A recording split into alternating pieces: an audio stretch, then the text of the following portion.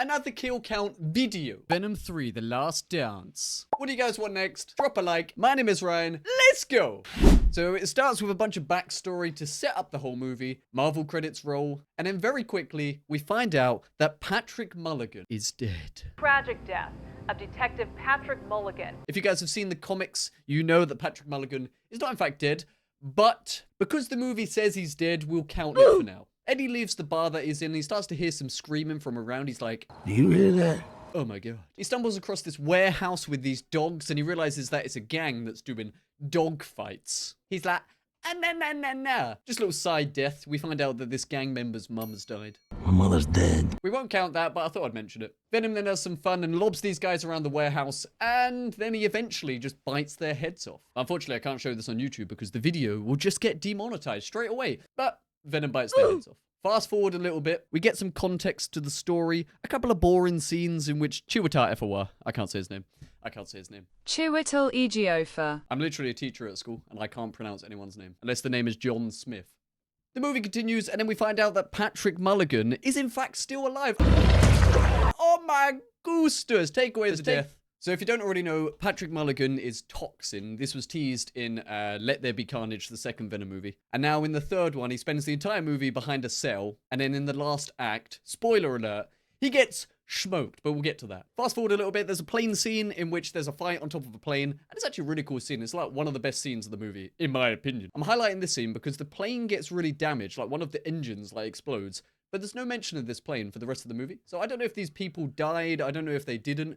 Kind of leave it up to you to decide. Like, did that plane realistically land with one engine and not harm anyone at all? Like, maybe, I don't know. Water landing? I don't know. Fast forward a little bit more, there's more history about the symbiotes and Venom and... Oh, the symbiotes turned on him! The world that he comes from and stuff like that. There's a really cool scene with this horse where, obviously you've seen it in the trailer. Venom horse. Venom horse. That was horrible. And then the next death. This is a surprising death. Eddie actually kills someone. Eddie on his own kills a man underwater with a gun.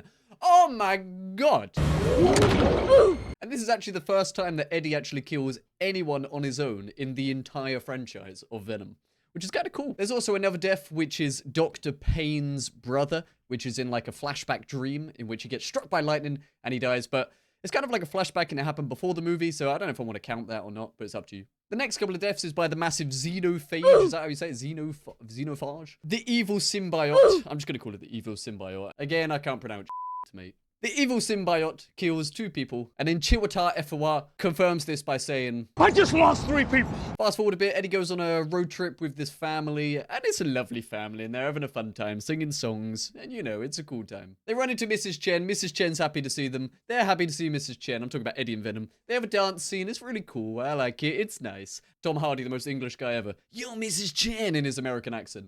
Mrs. Chen! And then it's interrupted, and there's a big battle, and this is where the next death is. Let's go. All the friendly symbiotes start inhabiting the human bodies and helping them fight this gigantic evil symbiote. So this is actually where Patrick Mulligan comes back in again. Himself and the symbiote both get eaten alive by the xenophage. They keep on fighting. The massive evil one eats a few more. Couple more deaths. And then Chiwetel Ejiofor bazookas one of them.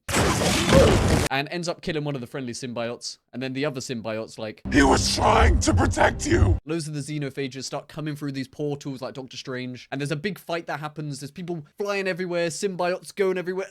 Ah! Some dude gets his legs bitten off. Chiwetel gets stabbed. And then it dawns upon Venom that the only way to save everything, save the world, because they're just going to keep coming, is to sacrifice himself. So he does exactly that. And he frees Eddie at the last second so Eddie can survive.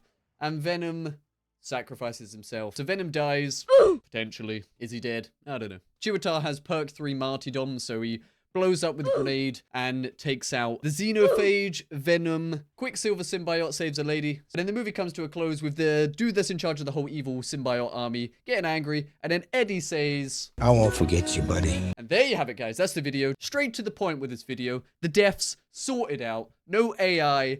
Beautiful. Have a good day. Thank you for watching. See you next time.